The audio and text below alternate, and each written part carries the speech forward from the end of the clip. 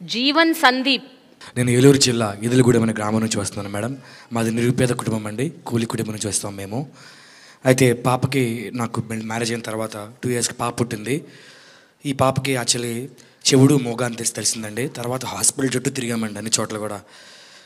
చాలా పేదరికంగా ఉండడం వల్ల ఏమైందంటే అసలు ఏం చేయాలో అర్థం కాలేదు. తండ్రిగా నేను పూర్తిగా కోల్పోయానండి, ధైర్యం కోల్పోయాను. నాకేంటి ఇట్లా జరిగింది, నాకేంటి ప్రాబ్లం అని డల్ అయిపోయినప్పుడు ఏమైందంటే అండి, వెంటనే ఆరోగ్యశ్రీ వాళ్ళు వెంటనే కలిసి దిగులు పడాల్సిన అవసరం లేదు, మన ప్రభుత్వం మనకుంది, మన జగన్ మనకు తోడుగా ఉన్నాడు, ఆయన నీకు ప్రామిస్ చేశాడు, ఓకే నేనున్నాను, నేను విన్నానని చెప్పుకుందామని చెప్పేసి వెంటనే వాళ్ళు ఎక్కడ మన గుంటూరులోనే హాస్పిటల్ ఉంటుంది, అక్కడ ఆపరేషన్ చేస్తారు, ఏమాత్రం దిగులు పడాల్సిన అవసరం లేదు అని మమ్మల్ని లీడ్ చేశారండి.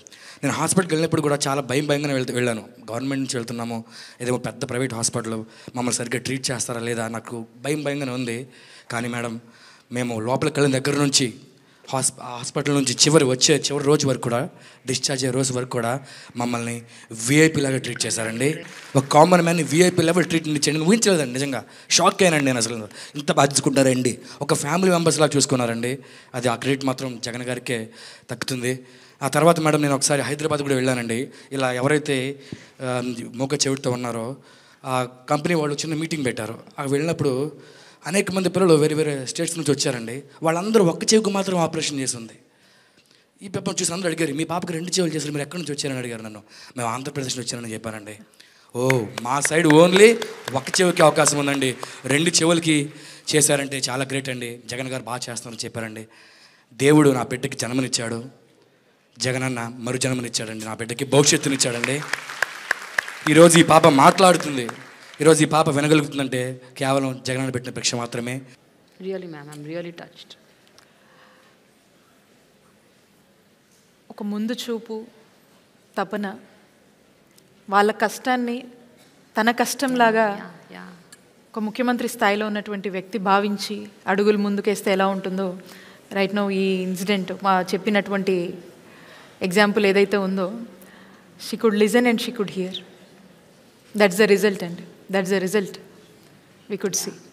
సో కాక్లియర్, బైకాక్లియర్ లాంటి హై ఎండ్ ప్రొసీజర్స్ని కూడా ఆరోగ్యశ్రీ పరిధిలోకి తీసుకొచ్చి ఎంత ఖర్చు అయినా కూడా ఆనాడు వైఎస్ఆర్ గారు తీసుకొచ్చారు ఆ ఇనిషియేటివ్, జగన్ గారు కంటిన్యూ చేస్తున్నారు. ఎస్ అండి, అది ఎంత ఖర్చు అయినా పర్లేదని చెప్పి ఈరోజు వాళ్ళకు ఫ్రీ ఆఫ్ కాస్ట్లో ఇలాంటి మంచి వైద్య సేవల్ని అందించి, మరి ఏ లోటు లేకుండా ఆ పేరెంట్స్కి ఎంత భారంగా ఉంటుందో ఒకసారి మనం చూడగలుగుతున్నాం. అది మరి అలాంటి భారాన్ని తానే ముఖ్యమంత్రిగా ఉండి జగనన్నే మోసి ఈరోజు మరి వాళ్ళకి ఇంతటి వైద్యాన్ని రాష్ట్రంలో ఉన్న అందరికీ, ఇక్కడ ఒక ఎగ్జాంపుల్ మనం చూసాము, రాష్ట్రంలో ఉన్నటువంటి ప్రతి ఒక్కరు కూడా ఇంత మంచి ఖరీదైన వైద్యాన్ని అందించగలుగుతున్నామంటే ఒక మనసున్న ముఖ్యమంత్రికే సాధ్యమని మరొకసారి ఉదాహరణ నిరూపించింది.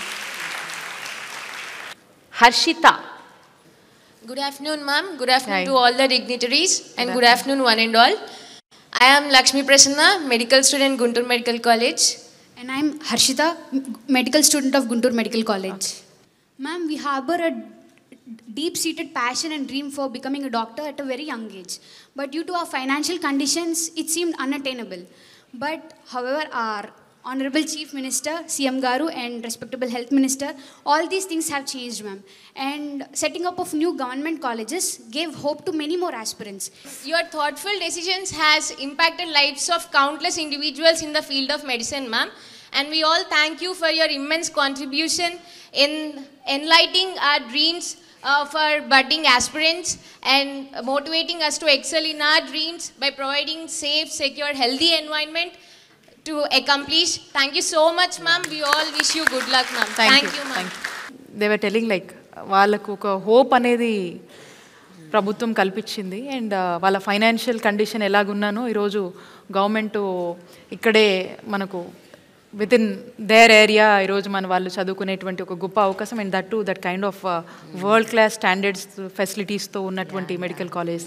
రీసెంట్ టైమ్స్లో ఎవరో నాకు చెప్తా ఉన్నారు, వేరే స్టేట్ నుంచి one of my colleague minister చెప్తా ఉన్నారు, మీ స్టేట్లో ఫెసిలిటీస్ అన్నీ కూడా it's far better than corporate kind of ఈ మెడికల్ కాలేజ్ బయట ప్రైవేట్వి ఎట్లా ఉంటాయో దానికన్నా బెస్ట్ స్టాండర్డ్స్తో మీరు ఏర్పాటు చేశారంటే ఎవరో చెప్తే విన్నామని చెప్పినటువంటి అప్రిషియేట్ చేసినటువంటి పరిస్థితి మనం చూస్తున్నాను. అండ్ డెఫినెట్లీ ప్రేమ గారు, you have to take a look of one of our medical colleges, new medical colleges. I will. Yes. Thank you so much. Okay. The final name we will take today. After that, we will continue. Dr. Bhaskar. నమస్తే ma'am, నేను doctor Bhagyalakshmi. ఇక్కడే Guntur medical కాలేజ్లో radiology assistant ప్రొఫెసర్గా చేస్తున్నాను ma'am. తను మా husband doctor N Bhaskar. తను Nallapadu regional training సెంటర్లో వర్క్ చేస్తున్నారు. యాక్చువల్లీ తను double lung transplant recipient ma'am. మనందరికీ తెలుసు కోవిడ్ పాండమిక్ అందరి లైఫ్స్ని ఎంత డిస్టర్బ్ చేసిందో. తను కోవిడ్ టైంలో 2020-21 ఆ టైంలో కారంచేడు పిహెచ్సిలో మెడికల్ ఆఫీసర్గా వర్క్ చేస్తున్నారు మ్యామ్. నేను అప్పుడే గుంటూరు మెడికల్ కాలేజ్కి అసిస్టెంట్ ప్రొఫెసర్గా వచ్చాను. మేమిద్దరం కూడా కోవిడ్లో వర్క్ చేస్తూ ఉన్నాము. సో ఆ టైంలో ఎలా ఉండిందంటే, మేము కష్టపడి చదువుకున్నాము, జాబ్స్ వచ్చినాయి, లోవర్ మిడిల్ క్లాస్ ఫ్యామిలీస్ నుంచి వచ్చాము, కొంచెం సెటిల్డ్గా ఫీల్ అవుతున్నాము. అందరిలాగే మిడిల్ క్లాస్ వాళ్ళందరూ ఒక సొంత ఇల్లు కావాలనుకుంటారు. సో సేవింగ్స్ తోటి ఒక ఫ్లాట్ కొనుక్కున్నాము. ఏదైనా ఎమర్జెన్సీ వస్తే ఉంటాయి కదా అన్నట్లు ఒక 5 lakhs సేవింగ్స్ పెట్టుకున్నాం. చాలా సేఫ్ అండ్ సెక్యూర్గా ఫీల్ అవుతున్న టైం అది. బట్ కోవిడ్ సెకండ్ వేవ్ మా లైఫ్ని తలకిందులు చేస్తుందని అప్పుడు మాకు తెలియదు. ఏప్రిల్ లాస్ట్ వీక్లో మేమిద్దరం కూడా కోవిడ్ ఇన్ఫెక్షన్కి గురయ్యాం. In spite of taking all the precautions, but మేమిద్దరం ఇన్ఫెక్షన్కి గురయ్యాము. అందరిలాగే మేము కూడా హోమ్ ఐసోలేషన్లో ఉన్నాము. కావాల్సిన ప్రికాషన్స్, మెడిసిన్స్ తీసుకుంటున్నాం. 4th డే మేము సిటీ స్కాన్కి వెళ్ళాం మ్యామ్. సిటీ స్కాన్లో Bhaskar lungs almost more than 50% involve అయినట్లుగా తెలిసింది. సో ఇమ్మీడియట్గా రెమ్డెసివిర్ ఇంజెక్షన్స్ తీసుకున్నాము. జీజీహెచ్లోనే అడ్మిట్ అయ్యాము ఇనీషియల్గా. సో తన సాచురేషన్ లెవెల్స్ డ్రాప్ అవుతూ ఉన్నాయి. ట్రీట్మెంట్కి పెద్దగా రెస్పాండ్ అవ్వట్లేదు. తర్వాత డిఫరెంట్ కార్పొరేట్ సెటప్స్కి మారుతున్నాం. దాదాపు 4 హాస్పిటల్స్కి తిరిగాం మేము. అయినప్పటికీ కూడా ప్రోగ్రెసివ్గా లంగ్స్ డ్యామేజ్ అవుతూనే ఉన్నాయి. సో తన లంగ్స్ 2 కూడా complete lung fibrosis, post Covid lung fibrosis అనే కండిషన్కి గురవ్వడం వల్ల ఇంకా ఫైనల్గా లంగ్ ట్రాన్స్ప్లాంట్ ఒక్కటే సొల్యూషన్ అనేది చెప్పారు. ఈ ప్రాసెస్ అంతలో నేను చెప్పినట్లు ఆ 5 lakhs ఎమర్జెన్సీ ఫండ్ అనేది మాకు ఒక 1 week కూడా సరిపోలేదు ట్రీట్మెంట్కి. సో ఇనీషియల్గా మా క్లాస్మేట్స్ 2001లో మాతో పాటు చదువుకున్న వాళ్ళందరూ తలో కొంత కంట్రిబ్యూట్ చేశారు మ్యామ్. తర్వాత మేము వర్క్ చేసిన ప్లేసెస్లో మా గురించి తెలిసిన వాళ్ళు కంట్రిబ్యూట్ చేశారు. డాక్టర్స్ ఏంటి అందరూ సాయం చేశారు. కానీ అవన్నీ కూడా చాలా కొంచెం అంటే ఆ ట్రీట్మెంట్ కంప్లీట్గా తీసుకునే అంత సరిపోవు. సో మా వెల్ విషర్స్ చెప్పింది ఏంటంటే, గవర్నమెంట్ని అప్రోచ్ అవ్వండి, ఖచ్చితంగా మీకు సాయం దొరుకుతుంది అని చెప్పారు. సో మేము అప్పటి మినిస్టర్ గారు బాలినేని శ్రీనివాస్ రెడ్డి గారిని అప్రోచ్ అవ్వడం జరిగింది. సో సార్ మా ఇష్యూ అంతా కూడా సీఎం గారి దృష్టికి తీసుకొని వెళ్ళారు. సో సీఎం గారు ఇమ్మీడియట్గా ఒక డెసిషన్ తీసుకున్నారు. ఇంత కష్టపడి ఆనెస్ట్గా పనిచేస్తున్న డాక్టర్స్ ఈరోజు కోవిడ్ వల్ల చనిపోయే పరిస్థితి ఖచ్చితంగా రాకూడదు, గవర్నమెంట్ అండగా నిలబడుతుందని వెంటనే భాస్కర్ ట్రీట్మెంట్కి అవసరమైన ఎంత అయితే అంత గవర్నమెంట్ భరిస్తుంది అని మాట ఇచ్చారు. అది దాదాపు 1,17,00,000 అయింది తనకి.